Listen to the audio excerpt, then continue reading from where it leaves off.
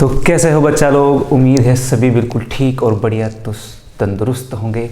आइए अब हम जो सबसे इम्पोर्टेंट टॉपिक पे बात करने वाले हैं वो है आपका नवोदय एग्ज़ाम। और नवोदय एग्ज़ाम आने वाला है बहुत ही पास में, 13 दिसंबर को पेपर है। जानता हूँ आप सबकी तैयारी अभी बाकी है, थोड़ा सा फाइनल टच देना है। उसी फाइनल टच के लिए हम लेके आए हैं एक बहुत ही अच्छी सी टेस्ट सीरीज।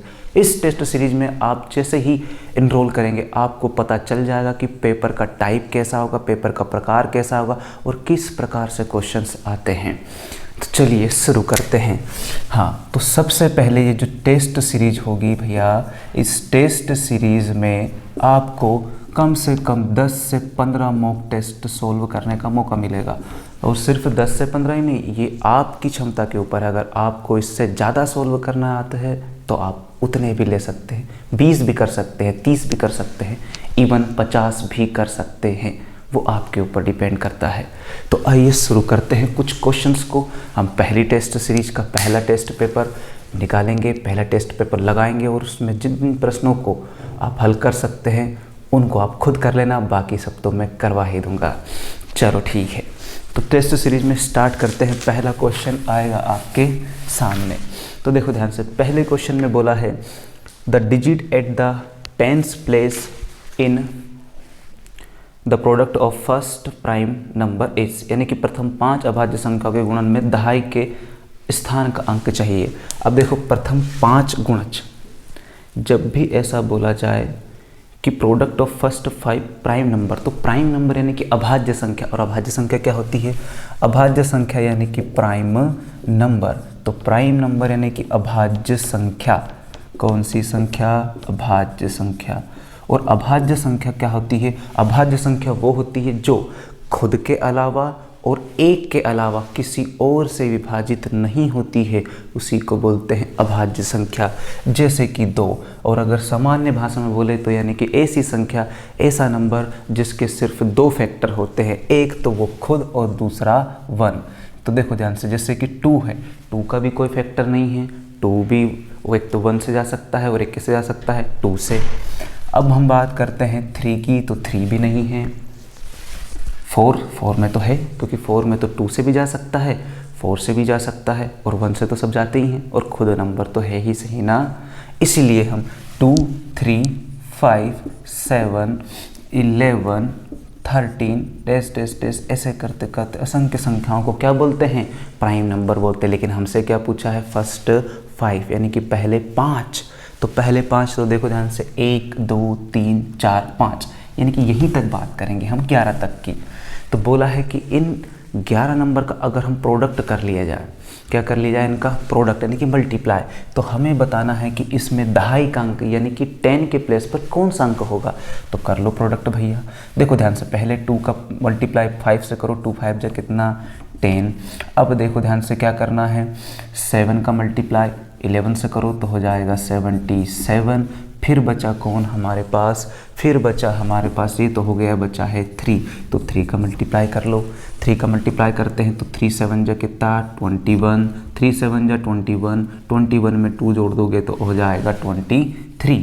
और ये जो एक जीरो है, इस जीरो को लगा दो सबसे पीछे। तो आपसे पूछा गया था कि दहाई का अंक यानी कि टेंस के प्लेस पर कौन सा होगा। तो देखो, ये 1 और ये टेंस, तो यानी कि क्या है वो नंबर? वो नंबर है 1। है ना आसान। चलो अगला करते हैं, फटाफट इसका स्क्रीनशॉट ले लेना। चलो दूसरा क्वेश्चन करते हैं।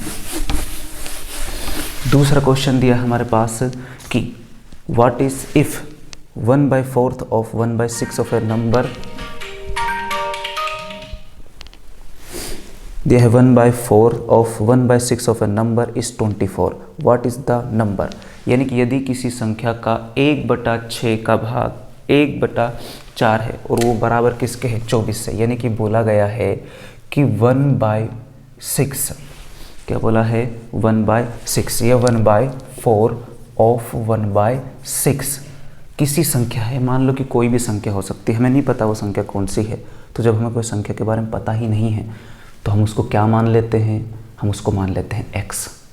ठीक है, क्या मान लेंगे इसको हम, x मान लेंगे। तो हम मान लेते हैं, लेट कर लेते हैं, ज्यूम कर लेते हैं कि वो जो संख्या है वो नंबर है, वो नंबर कौन हो गया हमारा, x हो गया। अब उस x नंबर का क्या बोला है, 1/4 और फिर बोला है ऑफ का मतलब मल्टीप्लाई, यानी कि आ जाएगा 1/6 जो कि कितना दिया हुआ है, जो कि दिया हुआ है 24। ठीक है, कोई दिक्कत नहीं। अब देखो ध्यान से, ऊपर का मल्टीप्लाई ऊपर, नीचे का मल्टीप्लाई नीचे, तो x ऐसा का ऐसा, 4 6 जा कितना हो जाएगा 24 बराबर कितना 24। ठीक हो गया। अब ये देखो ध्यान से, हमें वैल्यू सिर्फ चाहिए x की, मतलब हमें संख्या तो वही ज्ञात करनी ने जो पूछी हमसे। तो हम अगर वैल्यू ज्ञात करेंगे x की, तो हम इस 24 को नीचे से लेकर कहाँ जाएंगे, ऊपर की तरफ। तो जैसे ही हम इसको नीचे से ऊपर की तरफ लेके गए तो ये इसमें क्या हो गया, मल्टीप्लाई। ध्यान रखना, जब भी हम किसी संख्या को ऊपर से नीचे लेके जाते हैं तो वो डिवाइड होती है, और नीचे से ऊपर लेके जाएंगे तो वो संख्या मल्टीप्लाई होती है। तो अब देखो ध्यान से, यहाँ पर ये 24 इस 24 के साथ मल्टीप्लाई हो जाएगा, तो 24 × 24, और 24 × 24 यानी कि एक संख्या का 2 बार अगर गुणा होता है तो उस संख्या का स्क्वायर होता है, यानी कि वर्ग होता है। और 24 का वर्ग कितना होता है, 576, यानी कि आपका जो सही उत्तर है वो है 576। आपका जो सही उत्तर है वो है 576। आपका जो सही उत्तर है, x की जो वैल्यू है वो है 576 है।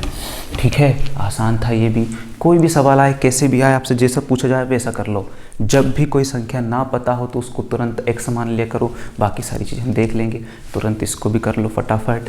आगे बढ़ते हैं, समय की कमी है हमारे पास, क्योंकि इसके बाद आपके पास आनी है महामैराथन। उसके लिए वोट ज़रूर कीजिएगा कि महामैराथन कितनी बजे चाहिए, कब से चाहिए।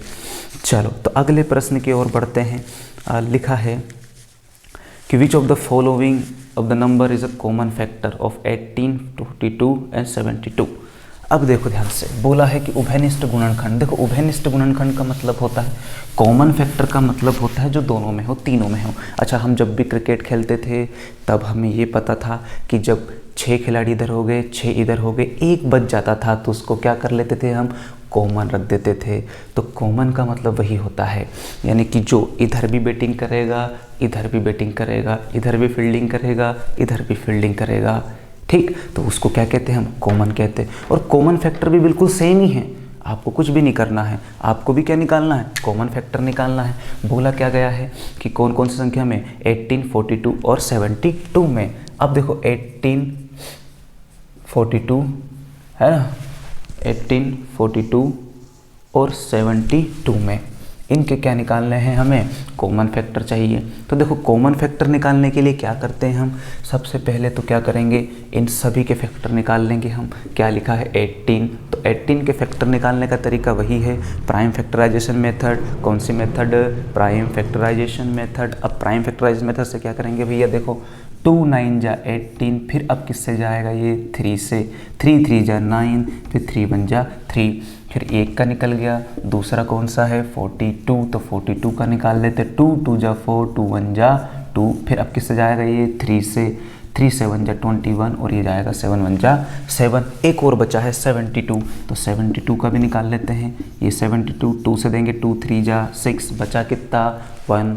अब 1 बचा है तो ये हो गया 12, तो 2 से कितनी बार जाएगा, 6 बार में जाएगा। 2 6 जा 12, फिर किससे जाएगा, 2 से, 2 1 जा 2, फिर बचा 1, तो कितना हो जाएगा, 2 8 जा 16, फिर 2 से जाएंगे तो 2 9 जा कितना हो जाएगा, 18, फिर 3 से देंगे तो 3 3 जा 9, और 3 1 जा 3। ये हो जाएंगे इसके फैक्टर हो गए। अब इसके फैक्टर होने के बाद अब देखो कॉमन कौन कौन, कॉमन का मतलब जो सभी में हो। देखो यहाँ 2 है, यहाँ भी 2 है, यहाँ भी 2 है, मतलब एक कॉमन फैक्टर, यानी कि CF की बात करते हैं हम, एक कॉमन फैक्टर की बात करते हैं, वो तो क्या है इसमें 2 ही है, वो तो क्या है इसमें 2, समस्या नहीं है। इसके बाद और देखो ध्यान से, कौन हो रहा है, इधर 3 है, इधर 3 है, और इधर भी 3 है, सब जगह के यहाँ पर 3, तो ये कर लिया हमने, 3 लिख लिया। अब इसके अलावा देखो यहाँ 3 है लेकिन एक और 3 इसमें नहीं है, यहाँ 3 है लेकिन एक और 3 इसमें नहीं है, मतलब हमारा जो कॉमन फैक्टर है वो है मात्र कितना 2 इंटू 3, यानी कि 2 इंटू 3 कितना 6। तो हमारा CF क्या हो जाएगा भैया 6 हो जाएगा। तो हमारा CF क्या हो जाएगा भैया 6, यानी कि उभयनिष्ठ जो गुणनखंड होगा वो हो जाएगा 6 हो जाएगा। अब इसके बाद फटाफट देख लो इस क्वेश्चन को, आगे बढ़ते हैं आगे बढ़ेंगे भैया, आगे बढ़ते हैं। आगे 0.05, 0.50, फिर लिखा 0.505 and 0.000 and 0.55 in descending order. अब बोला है डिसेंडिंग ऑर्डर। देखो 2 प्रकार के ऑर्डर होते हैं। कितने प्रकार के ऑर्डर? 2 प्रकार के, एक असेंडिंग और एक डिसेंडिंग। देखो असेंडिंग मतलब यहाँ से चीज़ें धीरे धीरे नीचे से कहाँ जाएगी, ऊपर, और डिसेंडिंग में कहाँ आएगी, ऊपर से नीचे। मतलब अगर आपको डिसेंडिंग चाहिए तो मतलब सबसे बड़ा नंबर पहले, फिर उससे छोटा, फिर उससे छोटा, फिर उससे छोटा, और लास्ट में सबसे छोटा। अब देखो ध्यान से, यहाँ पर जो संख्या दी है लिखा है 0.05। तो देखो ध्यान से, अगर हमें सबसे बड़ा चाहिए तो सभी 0 के पॉइंट के पास है, मतलब सभी तो लगभग बराबर है 0 के, लेकिन 0 पॉइंट के बाद सबसे बड़ा नंबर ढूंढना है। तो पॉइंट के बाद सबसे बड़ा नंबर हमको दिख रहा है 0.55, लास्ट वाला। तो सबसे शुरुआत में क्या आएगा हमारे पास, अगर इसका डिसेंडिंग ऑर्डर हमें जानना है, डिसेंडिंग यानी कि अवरोही क्रम, अवरोही। देखो एक होता है आरोही, होता है अवरोही। अवरोही मतलब नीचे की तरफ। तो देखो ध्यान से, सबसे छोटा सबसे बड़ा दिख रहा हमें 0.55, यानी कि क्या हो गया, ये सबसे बड़ा नंबर हो गया। अब इसके बाद देखो अगला नंबर है 0.5, अगला नंबर जो है वो है 0.505, ये नंबर हो गया बड़ा। ठीक, इसके बाद क्योंकि इसके बाद 5 है, 5 के बाद 0.5 लिखा हुआ है, फिर इसके बाद कौन सा नंबर होगा, अगला नंबर देखते हैं। अगला नंबर होगा 0.50, अगला नंबर होगा 0.50, और अगला नंबर कौन सा होगा इसके बाद होगा 0.05, अगला होगा 0.05। अब यही हो गया हमारा कौन सा, डिसेंडिंग ऑर्डर। और सबसे लास्ट में जो बचा हुआ उसको लिख देंगे, तो ये हो जाएगा आपका डिसेंडिंग ऑर्डर। तो असेंडिंग में अब अगर हमसे असेंडिंग पूछ ले जाए तो जब सबसे लास्ट में है उसको कहाँ लिखना है, सबसे फर्स्ट में, और बाकी सारी सीढ़ी जैसी की ऐसी हमें चला देनी है। तो हमें नॉर्मल ही रखना है क्वेश्चंस को। अगर आपसे बोल दे जाए डिसेंडिंग और आपसे बोल दे जाए असेंडिंग, ठीक है, तो अब यहाँ तक हमारा प्रश्न हुआ गया है, तो यही आपका सही उत्तर होगा। अगर आपको और भी प्रश्न ऐसे ही चाहिए तो हमें कमेंट में ज़रूर बताइए, हम आपके लिए और भी बड़ी वीडियो और टेस्ट सीरीज लेकर आएंगे। ठीक है, तब तक के लिए धन्यवाद, गुड बाय, टाटा।